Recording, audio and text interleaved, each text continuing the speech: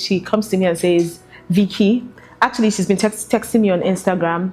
She's been telling me that she wants to see me about something very private. She wants to talk to me about something. I'm like, what could this be? And she's been giving me missed calls. So that day she was like, Vicky, I've been trying to reach you. It's important. You are making my wedding dress. And I'm like, what? You're getting married? And it was before my wedding. So I was so happy. You know, I felt like I found a twin. I'm like, you're getting married? And she says, yes. And she says, I know that you're making my wedding dress. She says to me, I've spoken with my family and friends and everyone chose you. And I was so excited. I looked forward to the making of the dress. And here we are.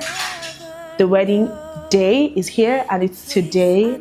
And I'm standing right in front of the masterpiece that we have created for Sharon Oja. When she says I love you, all of the world. Honestly, for the first few weeks of being engaged, I didn't know what I wanted to look like. And then I went to church and I saw you and I was like, Vicky, you're making my dress. Do you remember that combo last year? And then that was how I had the only thing I knew I had in mind was I wanted lines and I wanted illusion. I just wanted a lot of lines that were connecting each other. That's all I wanted. This took a lot of work, a lot of time, a lot of sleepless nights,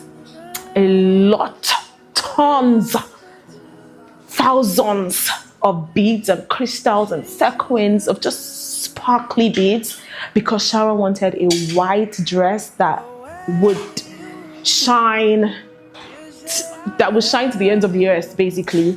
And we delivered just that, as you can see.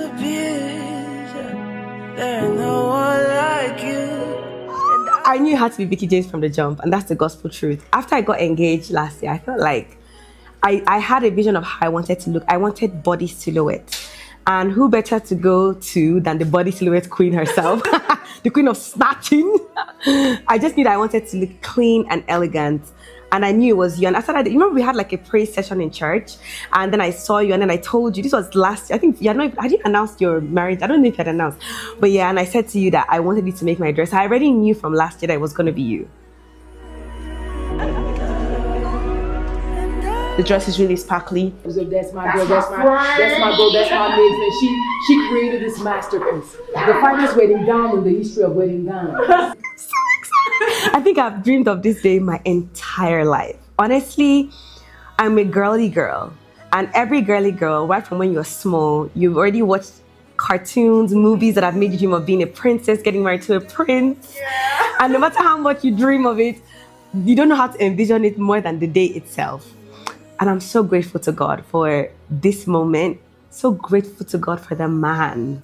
I know, right? You know, like, what a man. Like, honestly. So I'm grateful to God that I'm walking down the aisle with this particular man in person. Like, I already know what my life as a wife is already, because I've been married for a few months. But I can already imagine what my life would be as a mother, because he's, yes, like.